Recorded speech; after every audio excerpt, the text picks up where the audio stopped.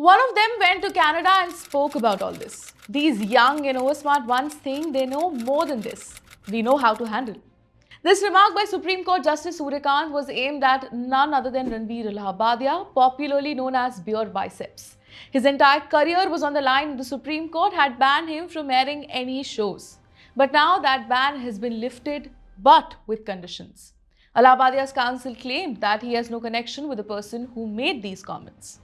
What exactly happened? Why did the Supreme Court get involved? And does this case mean new restrictions on YouTube and online content in India? Let's break it all down. Ranveer Allahabadia found himself in deep trouble after an episode of comedian Samay Raina's podcast India's Got Latent went viral. Explicit and vulgar comments about parents and families were made on the show, which sparked massive outrage across the country. Clips from the episode spread like wildfire and soon FIRs were filed in Maharashtra, Rajasthan and Assam for obscenity.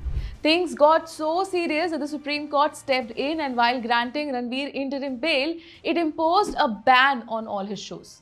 That meant his hugely popular podcast, The Ranveer Show, had to be shut down. This wasn't just about one creator. This case raised big questions about content regulations on online platforms.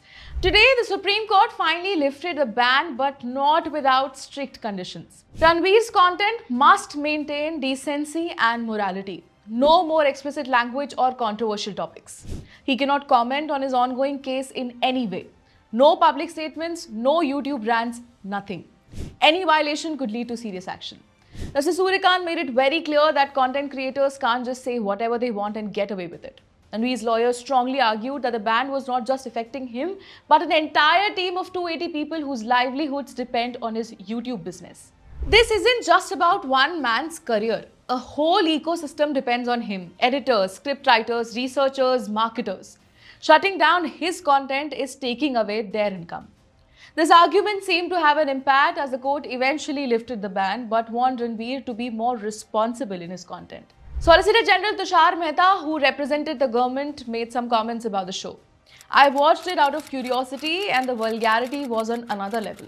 Forget a man and a woman, two men sitting together wouldn't be able to watch it. If you need to use vulgarity to make people laugh, then you are not a good comedian.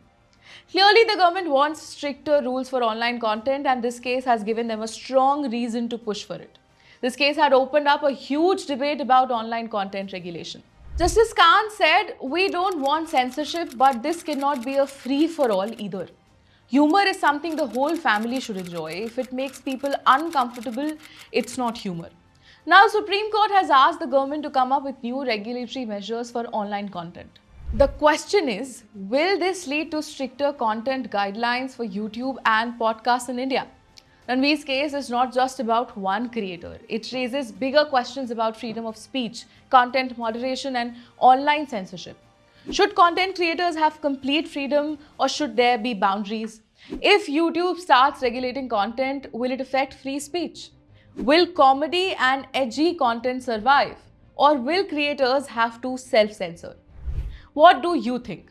Do you think BeerBiceps deserved this or was this an unfair attack on freedom of expression?